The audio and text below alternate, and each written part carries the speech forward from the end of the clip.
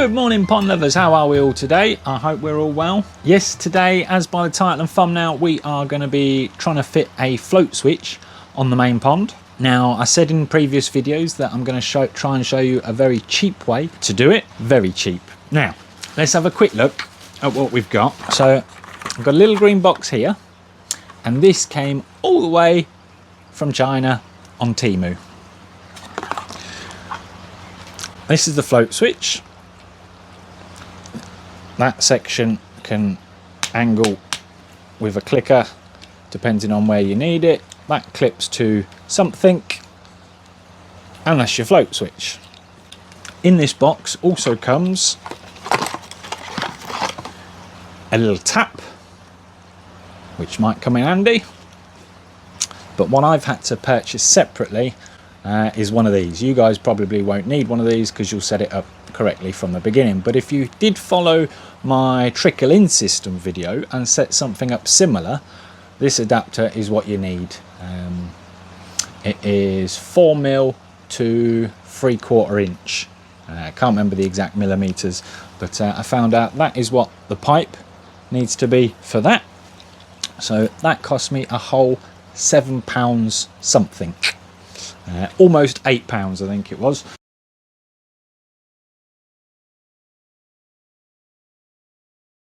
And then once I'd found out what pipe it needed, went online searching again. Didn't use Temu this time, used the whole Bay of V, and purchased this.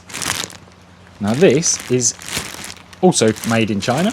This is a refrigeration kit, and this also came with a load of taps, 90s, straight connectors, and a few other bits and bobs. So that's handy. But this fits perfectly. Where's the end? Into this. And as they're quick release majiggers, seals quite well. There we go. So what I'm going to do is attach that little black adapter to my current existing line, use this 10-meter hose to extend it to where I want it, and then see if we can set it up. So let's flip you around and have a look at what I'm doing. But I forgot to mention as well, that hose was just over £9. So in total, the whole thing is about 17 quid for the set that I've bought. So I just want to say a massive thank you to absolutely everybody, because this video was brought to you by you guys. Obviously thanks to the few people that have bought one of these hats, and lots of you that have bought the car air fresheners. These little purchases were bought by you guys. So massive thank you again for everybody that supports the channel. Just thanks for watching. And it's good to see all the fish up and wanting food. Pond's at 6 degrees today. Temperature out here though is 9 degrees. But my current trickle in ends here in that corner. Nothing currently trickling in at the moment. But what I'm going to do is cut that end off and hope I don't regret doing that. In fact, I might just give it a clean and see if I can attach it to where it is, just in case this float switch doesn't work. But either way, we'll see it. Unfortunately, the frost has got to the mind your own business, so a lot of that will need hacking off come the spring. And we'll start again. But yeah, what I'm going to do is get this adapter, put the thin bit in that pipe, and then the thick bit can go onto the new hose. So I'll get that done first. So that's the adapter on, job one. Now we've got to connect the hose up to that.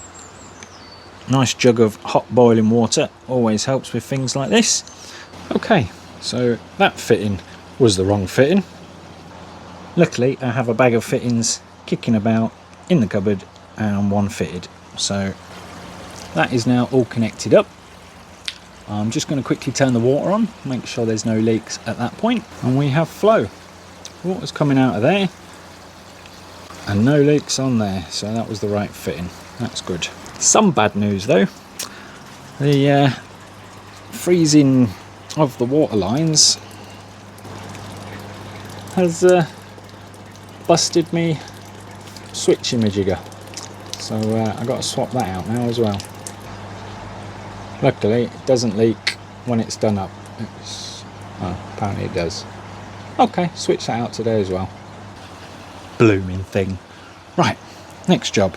Take that pipe down the back of the pond. Well, I've managed to get that to stop leaking for the time being, but my thoughts are if this float switch works, I don't actually need a switch in there, so I'll just be able to swap that out for a longer bit of pipe, as long as I've got a bit kicking about. Typical. Drum's just cleaning. There you go, that's where my waste goes. Whee! All the way down there. But yeah, I'm behind the pond, as you can see. I'm gonna get the float switch attached to this, and then see if we can set it up in the skimmer. Oh, there you go. So obviously I've got to sort all the pipe out and everything, but it seems to be working an absolute treat. You can see it trickling in there. It does stop when the ball comes up, but the skimmer needs to be about 5 mil higher, so I'm hoping I've got that ball valve set to about right. I think that's going to be perfect. But what we'll do is, once the pond's at the right level, we'll come back, we'll have a look, and we'll see if it stops. See if it stops at a good level. Because if it does, for 17, 18 quid, I quite like this. But yeah, I've got some 90s and stuff in there. Obviously I need to cut the pipe shorter and tack it all up on the pond. And there we have it. The packet of refrigerator hose that I bought did only come with 2 of everything. So it came with 2 of these, 2 90s, 2 switches, and 2 straight connectors. So I could do with another 90 there really, but the pipe is actually now tacked down. Comes round there, up there. The only one last job I've got to do is just cut a small hole in that to fit around that nicely, but I think I've got it set up pretty good. As you can see, it's just drawing, literally just drawing off the surface of the water there, and then if this goes down even a millimetre, you can see there water will come out. So that is now my new height of my pond, and that'll be a stable height. Much better idea than trying to match the trickle into what the drum's taking out. Now every time the drum will clean, that'll just trickle in and top back up. So for now I'm just going to sit the lid carefully on top of it.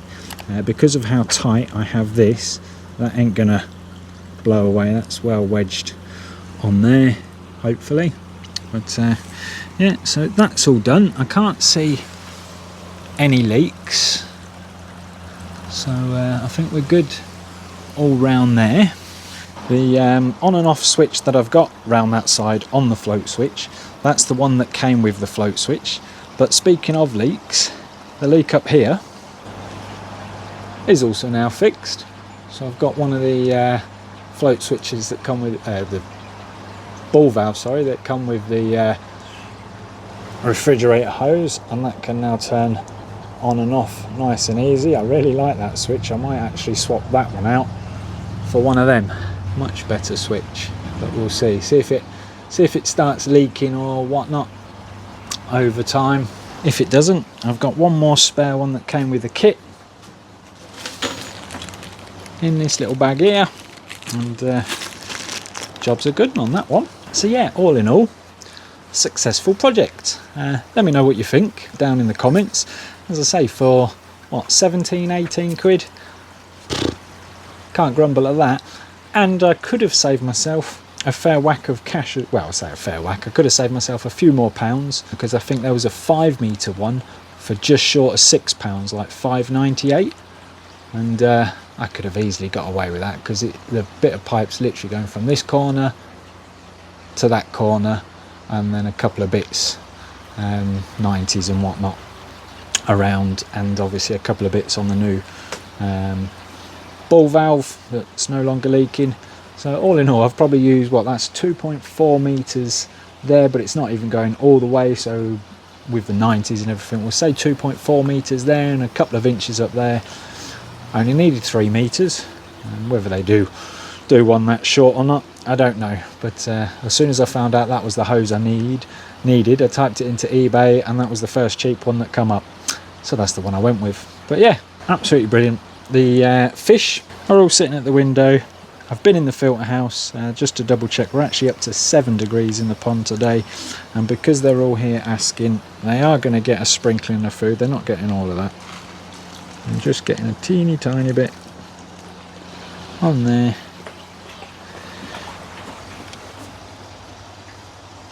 Nom nom nom. They only get wheat germ this time of year, but hopefully we're nearly at February. Fingers crossed, temperatures will start to warm up sometime very, very soon. The small pond, the cactoili, is stating right there, don't know if you can see that there, 8.5 degrees, so they're going to get some grub as well. Oh, didn't put that back on the magnet, never mind. But yeah, 8.5 degrees. They can have some as well. The only ones who can't have any are the few babbers in that net, because they can't eat that size pellet, and I don't have any wheat germ that small. The only stuff I've got for them is extra high protein growth food, so they will have to wait until the heater comes back on, and then they'll get fed. But yeah, in fact that pond's already polished off all its food, none left. But yeah, if you like that, I'll put the links in the description for the stuff I've bought. As I say, the float switch came off Temu and the hose came from eBay. But as I say, check what meterage you need. I've seen 20 meters on eBay now, and I've seen 5 meters on eBay now, and obviously price differences, save yourself a few quid if you can. But yeah, cracking bit of kit, I'm well chuffed with it. And like I said before, for 17, 18 quid, you can't grumble. And now I can go away on holiday and not worry about the pond. Is it going to be drained too much? Have I left the trickle in on too high? Auto top up. What a great little system. I know a lot of other ponders out there have already got an auto top up, but for those that haven't and have been thinking about it, cheap is sometimes good. Cheap is sometimes good. Obviously I've adapted mine to the original line up here that I already put up. And yeah, if you want to see how I set all this up from my free stage up into my original trickle in, check out this video down here. And on that note, guys, thanks all for watching. Like the video if you haven't already, and we'll catch you on the next one.